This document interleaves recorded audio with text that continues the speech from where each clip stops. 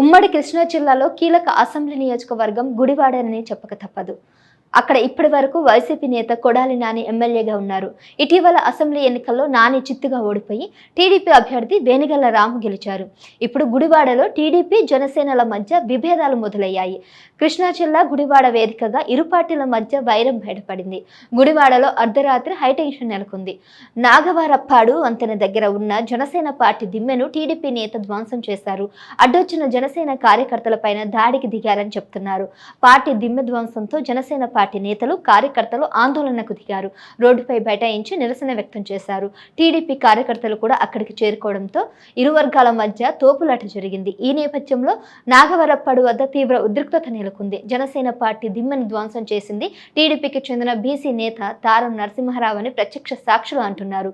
ఈయన ఎన్నికలకు ముందు వైసీపీ నుంచి టీడీపీలో చేరారు. ఎన్నికలప్పుడు సైలెంట్ గానే ఉన్న కూటమి గెలిచాక నియోజకవర్గంలో హల్చల్ చేస్తున్నట్లు కూడా చెప్తున్నారు. నియోజకవర్గం బీసీ సంఘ అధ్యక్షుడిగా ఉన్న నరసింహరాజు జనసేన దిమ్మను ధ్వంసం చేయడంపై తీవ్ర ఆగ్రహావేశాలు వ్యక్తమవుతున్నాయి. ఆ పార్టీ ఇన్ఛార్జ్ బూరగడ్డ శ్రీకాంత్ నేతృత్వంలో అర్ధరాత్రి నిరసన నిర్వహించారు. బాధ్యులపై చర్యలు తీసుకునే వరకు ఊరుకునేది లేదని జనసేన శ్రేణులు హెచ్చరించాయి. తమ అధినేత పవన్ కళ్యాణ్ కు క్యాస్ట్ ఫీలింగ్ లేదని అంటూ ఇది ముమ్మాటికి రెచ్చగొట్టే చర్యనని వ్యాఖ్యానించారు.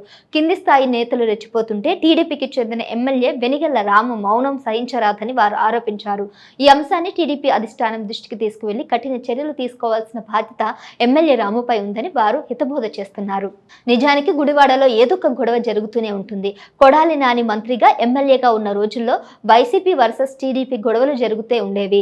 ఇప్పుడు వైసీపీ పూర్తిగా సైలెంట్ అయిపోయింది. డిఫెన్స్ లో పడిపోయింది. తమపై వస్తున్న కబ్జాలు ఇతర ఆరోపణలకు సమాధానం చెప్పుకోలేక వైసీపీ నేతలు మొహాలు చాటేస్తున్నారు. ఇప్పుడు వేరే రకం రాజకీయం నడుస్తుంది. అధికార కూటమిలోని రెండు పార్టీ నేతలు కార్యకర్తలు వీధిన పడి కొట్టుకుంటున్నారు. ఆయా పార్టీల అధిష్టానాలు రంగప్రవేశం చేసి నచ్చజెప్పకపోతే పరిస్థితి చేయి దాటిపోయే ప్రమాదం ఉంది.